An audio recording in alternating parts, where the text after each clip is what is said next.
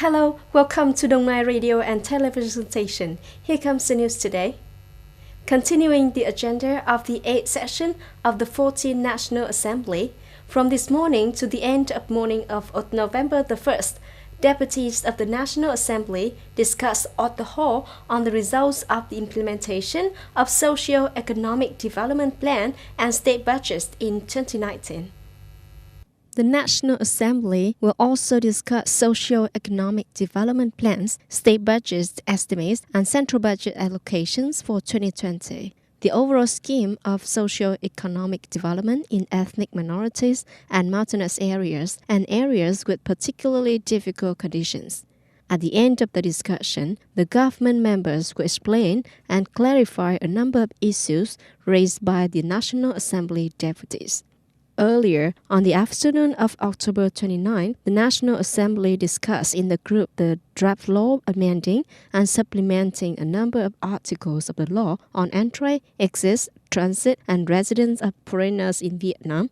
Talking to the press on the corridor of the National Assembly, General To Lam, the Minister of Public Security, about the cooperation with police forces in the UK to verify information of the tragic cases of 39 people found dead in truck container in England.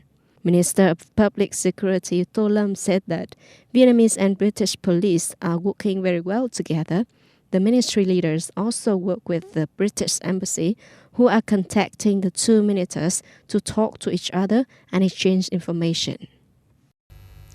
Over the past 10 months, manufacturing and processing sector attracted more foreign direct investment (FDI) capital, with newly registered capital of over $9 billion, accounting for over 70% of the total newly registered capital.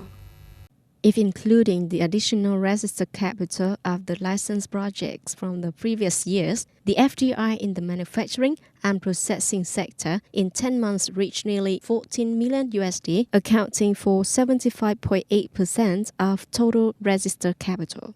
The newly released data of the General Statistics Office shows that FDI from the beginning of the year to October 20th attracted nearly 3,100 new licensed projects with a registered capital of $12.8 billion, an increase of 25.9% in the number of projects and down 14.6% in the registered capital over the same period in 2018.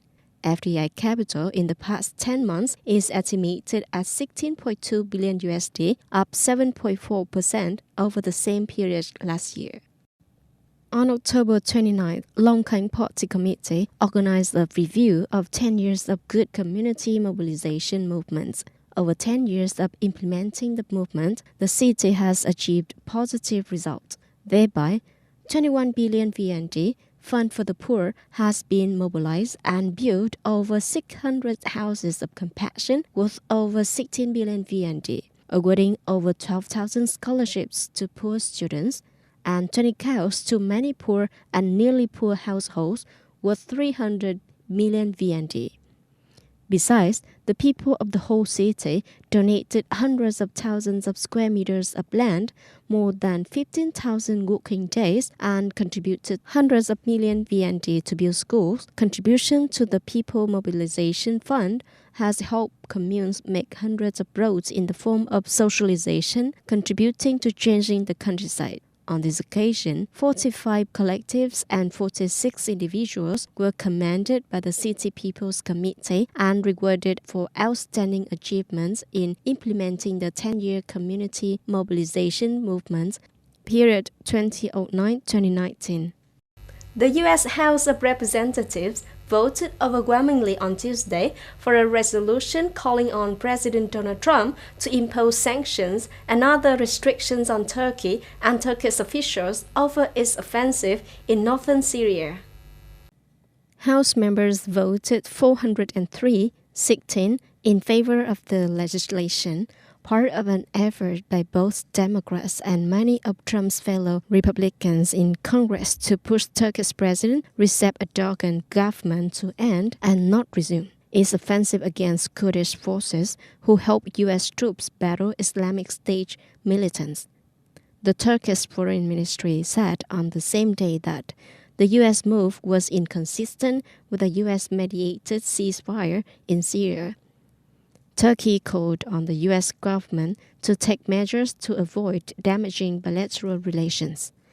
Meanwhile, the Turkish Defense Ministry said on the same day that it had conducted reconnaissance flights and carried out demining operations 10 kilometers deep in Syrian territory.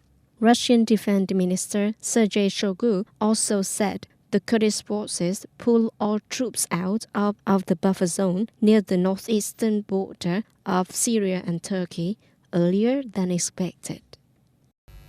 Members of Parliament's MP have now backed an early general election on 12 December 2019 after Boris Johnson pushed for it for a fourth time in Parliament. The government on Tuesday night brought a standard online bill before Parliament which only required a simple majority, but which in the end got support from two-thirds of MP.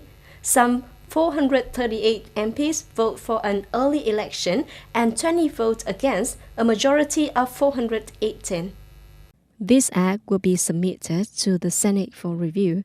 It is predicted that with the above unanimous vote, the Senate will likely approve Mr. Johnson's proposal. On the same day, British members of Parliament passed the first stage of ratification of a bill calling for an early national election, alluding to the huge support for the bill when it reached the final stage in the House of Representatives.